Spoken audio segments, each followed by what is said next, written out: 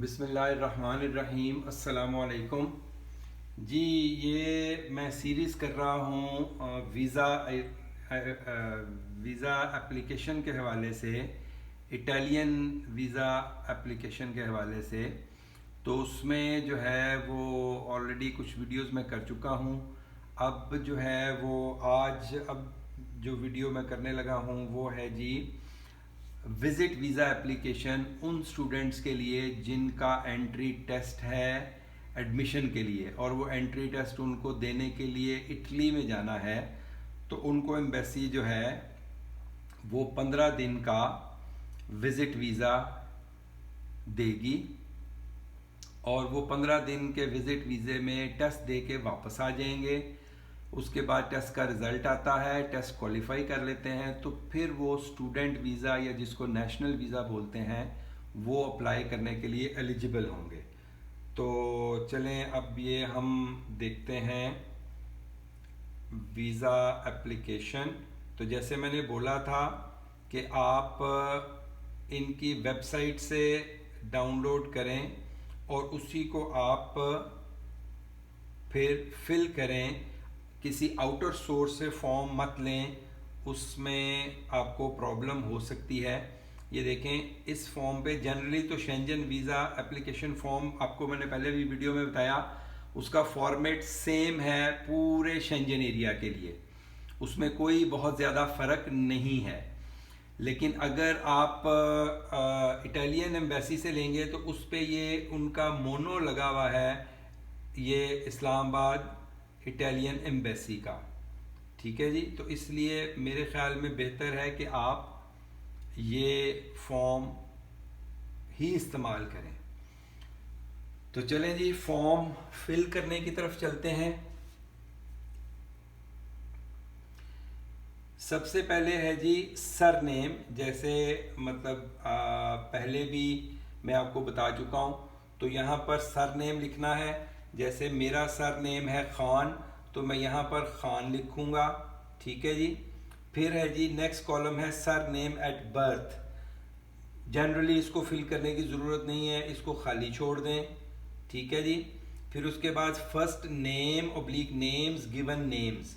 तो जैसे मेरा नाम है रिजवान अहमद, तो मैं यहाँ पर रिजवान अहमद लिख दूंगा, या खाली रिजवान भी लिख सकता हूँ, दोनों तरह से ठीक है। उसके बाद जो नेक्स्ट है नंबर 4 में है जी date of birth. Date of birth में वही उसी तरह पहले दिन, फिर महीना, फिर साल, वो आपने डेट ऑफ बर्थ लिख देनी है। फिर नंबर 5 पे है जी प्लेस ऑफ बर्थ, आपने नीचे प्लेस ऑफ बर्थ लिख देनी है। नंबर 6 पे कंट्री ऑफ बर्थ, नीचे आपने पाकिस्तान लिख देना है या जो भी कंट्री ऑफ बर्थ है आपका। उसके बाद करंट नेशनैलिटी पाकिस्तानी, अगर आप किसी और मुल्क के रहने वाले हैं तो वो भी लिख सकते हैं। उसके बाद nationality at birth if different, जैसे मिसाल के तौर पे कोई बच्चा पाकिस्तान में पैदा होता है और उसके बाद यूके शिफ्ट हो जाता है, तो वो नेशनैलिटी एट बर्थ में पाकिस्तान लिख देगा और करंट नेशनैलिटी में ब्रिटिश नेशनल लिख देगा। तो ये हो गया जी नेशनैलिटी के हवाले से। उसके बाद हो गया जी नंबर 8 में जेंडर, सेक्स आ गया, मेल फीमेल। उसके बाद नंबर 9 में आ गया आपका मैरिड स्टेटस, तो उसमें मोस्टली सिंगल होंगे या मैरिड होंगे, मे बी अदर कंडीशंस भी अप्लाई होती हूँ आप पे। वो जो भी आप पे अप्लाई होता है उसको टिक कर दीजिएगा। उसके बाद है जी number 10 in case of minor. हाँ, ये मैं ऑलरेडी भी एक वीडियो कर चुका हूँ। अगर आप माइनर हैं, ठीक है जी, तो उसमें थोड़े से इश्यूज आते हैं और माइनर को एक स्पेशल लेटर लेना पड़ता है अपने गार्डियन से कि वो ये भी कंट्री टू कंट्री वेरी करता है, हर मुल्क की डिफरेंट रिक्वायरमेंट्स हैं कि वो माइनर को कैसे डील करते हैं। लेकिन जनरली जो है वो आपको एक अथॉरिटी लेटर लेना होता है, परमिशन लेटर लेना होता है अपने गार्डियन से कि उसको कोई एतराज़ नहीं है आपके यूनिवर्सिटी एडमिशन पे, आपके अकेले ट्रैवल करने पे और आपके वहाँ रहने पे। तो ये एक डॉक्यूमेंट साथ में एडिशनल बाज़ औक़ात देना पड़ता है। जो लोग 18 साल से कम हैं उनको माइनर बोलते हैं।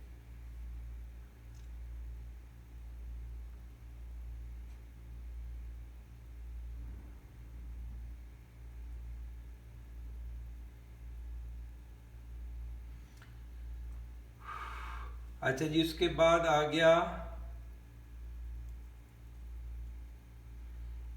National identity number where applicable. इस पे आप पासपोर्ट नंबर लिखते हैं। नेशनल आइडेंटिटी नंबर में आप पासपोर्ट नंबर लिख के तो आगे उसका नंबर मेंशन कर दें। उसके बाद है जी नंबर 12 में आपकी पासपोर्ट का टाइप क्या है, डॉक्यूमेंट टाइप। तो आप सबका जनरली ऑर्डिनरी पासपोर्ट होगा, तो पहले वाला आप जो है उसको क्लिक कर देंगे। उसके बाद है जी नंबर ऑफ ट्रेवल डॉक्यूमेंट। अब ये आपने पासपोर्ट का नंबर यहाँ पे लिखना है। इशू डेट, वैलिड अनटिल, कब तक वो वैलिड है, और issued by ministry of interior government of Pakistan. Applicant's home address and email address. जी यहाँ पर आपने अपना होम एड्रेस और ईमेल एड्रेस लिखना है। उसके बाद टेलीफोन नंबर लिखना है। अच्छा, ये जो ऊपर एक कॉलम गुजरा है नंबर 10, इसमें ये उसके लिए भी एप्लीकेबल होगा अगर कोई साहब जा रहे हैं या कोई खातून जा रही हैं और अपने बच्चों को भी साथ लेके जा रहे हैं, स्टडी पर्पस के लिए जा रहे हैं लेकिन साथ में उनके छोटे बच्चे हैं वो साथ जा रहे हैं, तो ये जो नंबर 10 कॉलम है ये उसके लिए भी इस्तेमाल हो सकता है। बेसिकली ये उसी इस्तेमाल के लिए है। उसके बाद आ गया जी number 18, residence in a country other than the country of current nationality. जी अब जैसे पाकिस्तानी, मैं पाकिस्तानी हूँ पर मैं सऊदी अरेबिया में रह रहा हूँ, तो वो कह रहे हैं कि आप अगर किसी और मुल्क में रह रहे हैं तो उसकी डिटेल दें। ठीक है जी, तो उसकी डिटेल में आपको वो रेजिडेंस परमिट नंबर जो भी है और उसकी डेट क्या है, उसका नंबर क्या है, वैलिड कब तक है, किस मुल्क का है, ये सारी चीज़ें आपको इसमें लिखनी होंगी। फिर नंबर 19 पे आ जाएं, करंट ऑक्यूपेशन। तो वो आप लिखेंगे स्टूडेंट। करंट ऑक्यूपेशन में आप सब लिखेंगे स्टूडेंट। उसके बाद आएगा जी employer and employer's address, telephone number for studies, name and address of educational establishment. यहाँ पर आप अपनी यूनिवर्सिटी का या अपने डिपार्टमेंट का एड्रेस लिखेंगे, फ़ोन नंबर लिखेंगे और साथ में उनका ईमेल आईडी लिखेंगे। अपनी यूनिवर्सिटी का एड्रेस, उनका फ़ोन नंबर, डिपार्टमेंट का फ़ोन नंबर और डिपार्टमेंट का ईमेल आईडी। जनरली यूनिवर्सिटी से कोई ना कोई आपसे कम्युनिकेट कर रहा होता है, तो उसका आप फ़ोन और ईमेल वहाँ से नोट करके, जो ईमेल कम्युनिकेशन आपके साथ हो रही होती है वहाँ से नोट करके वो आप दे सकते हैं। उसके बाद जी नंबर 21, 21वां पॉइंट है जी मेन पर्पस ऑफ जर्नी। तो वो जनरली सबका जो है वो स्टूडेंट ही होगा। ठीक है, स्टडी, तो आप इसमें स्टडी ही लिखेंगे और अदर्स स्पेसिफाई भी टिक करेंगे और उसमें आप लिखेंगे कि एंट्री टेस्ट फॉर स्टडीज। ठीक है जी, स्टडी को भी क्लिक करेंगे, टिक करेंगे, और अदर्स स्पेसिफाई, प्लीज स्पेसिफाई में जाके लिख देंगे फॉर एंट्री टेस्ट। ठीक है जी, entry test for higher studies. उसके बाद आ गया जी number 22, member state of destination. वो आपका इटली ही होगा। Member state of first entry, वो भी आपका इटली ही होगा। उसके बाद नंबर ऑफ एंट्रीज रिक्वायर्ड, ये सिंगल एंट्री ही देंगे आपको 15 दिन की। ठीक है, तो इसलिए आप इसको सिंगल एंट्री को टिक कीजिएगा। ड्यूरेशन ऑफ इंटेंडेड स्टे और transit indicate number of days. तो ये आप तकरीबन जो है, चूंकि 15 दिन को वो आपको वीज़ा देंगे, तो आप स्टे की मुद्दत 12 या 13 दिन लिख दीजिएगा। ठीक है, 12 या 13 दिन। उसके बाद आ गया जी the field mark will shall not be filled purpose, the field marked with star shall not be filled in by family members while exercising the right to free movement. Family member present document to prove the relationship. Number 26, Schengen visas issued during past 3 years. अगर आप में से किसी ने भी कभी Shenzhen travel किया है, अगर ट्रैवल नहीं किया, सिर्फ वीज़ा लगा है और ट्रैवल नहीं कर सके, तो भी आपको उस वीज़ा की डिटेल लिखनी है। और अगर आपने ट्रैवल किया है तो फिर तो, अगर ट्रैवल किया है तो फिर तो डेफिनेटली आ गई। पर किसी भी सूरत आपके पास शेंजन वीज़ा कोई लगा हुआ है तो आपको उसकी डिटेल देनी है, कब लगा, किस मुल्क का लगा और उसकी वैलिडिटी क्या थी। ठीक है जी। उसके बाद 27 पॉइंट है जी, fingerprints collected previously for the purpose of applying for a Schengen visa, yes no.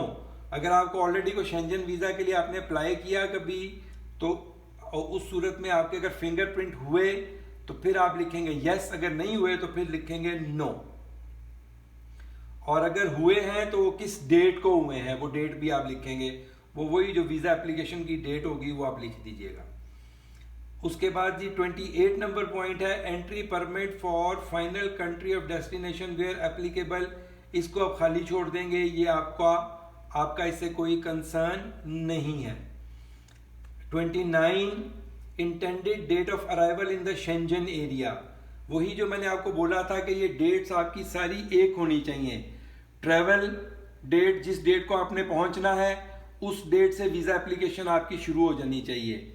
जिस डेट से आपने होटल बुकिंग की है उसी डेट को आपको उस मुल्क में पहुंचना है। तो ये डेट बड़ी आपने कैलकुलेट करके लिखनी है। इन डेट में डिस्क्रिपेंसी नहीं होनी चाहिए, ये डेट्स डिफरेंट नहीं होनी चाहिए। So intended date of arrival in Schengen area मफरूज, फॉर एग्जांपल 1 नवंबर 2021। Intended date of departure from the Schengen area, जैसे मैंने बोला था 15 दिन का वो वीज़ा कह रहे हैं आपको देंगे, तो आप 12वें या 13वें दिन की रिटर्न रख लें, तो 13 नवंबर 2021 वो आपकी रिटर्न डेट हो जाएगी। उसके बाद है जी first name, surname and first name of the inviting person in the member state, if not applicable name of hotel temporary accommodation in the member state. ठीक है जी। अब इसमें आप यूनिवर्सिटी की डिटेल दे सकते हैं। यूनिवर्सिटी में जो रिस्पॉन्सिबल बंदा है, जैसे पहले भी बात हुई, जिससे आपकी कम्युनिकेशन हो रही है, उसका नाम दे दें, यूनिवर्सिटी का एड्रेस दे दें, उसका फ़ोन नंबर दे दें, उसका ईमेल एड्रेस दे दें, या अल्टरनेटली किसी होटल की बुकिंग करके तो वो दे दें, लेकिन वो नेक्स्ट कॉलम में आएगा, इधर नहीं आएगा।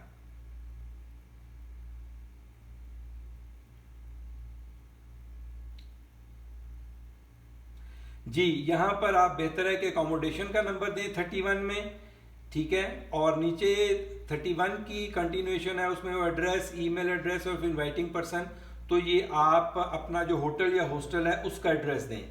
नीचे है name and address of inviting company organisation 32। इसमें आप जो है वो अपनी यूनिवर्सिटी का जो भी कोऑर्डिनेटर है आपका प्रोग्राम का या एडमिशन का या टेस्ट का, उसका नाम दें, उसका एड्रेस दें, उसका फ़ोन नंबर दें, ये सारी चीज़ें इसमें आप मेंशन करें 32 में। 33 में cost of travelling and living during the applicant stay is covered, ये जी बाय द एप्लीकेंट हिमसेल्फ। ठीक है जी, ये आप खुद ही कवर करेंगे, कोई स्पॉन्सर नहीं आपका करेगा, ठीक है ना, होस्ट कंपनी ऑर्गेनाइजेशन नहीं करेगा, तो ये आप अपना खुद ही मतलब करेंगे। और उसमें जो फर्दर ऑप्शन दी हुई हैं मीन्स ऑफ सपोर्ट, उसमें कैश है, उसमें क्रेडिट कार्ड है, और उसमें प्रीपेड अकोमोडेशन है, प्रीपेड ट्रांसपोर्ट है, अदर स्पेसिफाई। तो इसमें आप कैश को टिक कर दीजिएगा और क्रेडिट कार्ड को टिक कर दीजिएगा। अगर आपके पास कोई क्रेडिट कार्ड है आपके फादर का, बहन का, भाई का, तो वो साथ आप ले जा सकते हैं। या आप ट्रैवलर्स चेक को भी टिक कर सकते हैं कि मैं ट्रैवलर्स चेक लेके जाऊंगा, वो ऑप्शन भी अवेलेबल है आपके पास।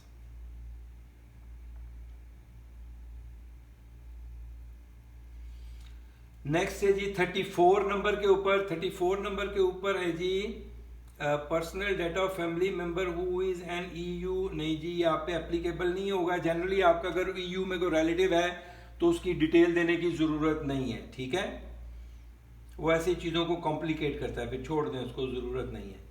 Family relationship with the EU citizen 35, इसकी भी ज़रूरत नहीं है, इसको भी छोड़ दें। उसके बाद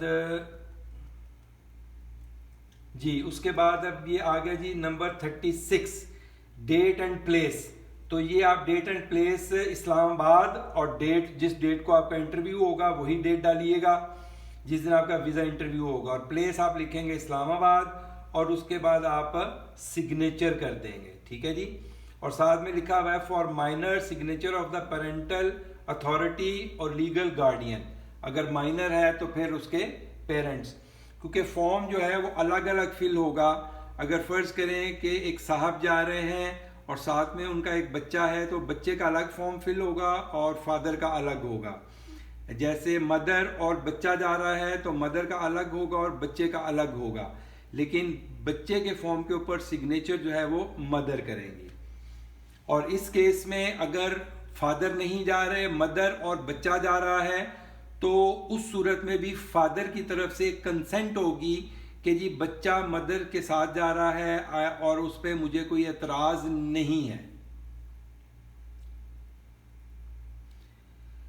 जी। ये हो गया जी, नंबर 37 तक हम आ गए। और उसके बाद जी ये हमारा जो विजिट वीज़ा एप्लीकेशन है ये ख़त्म हो गया, ठीक है जी।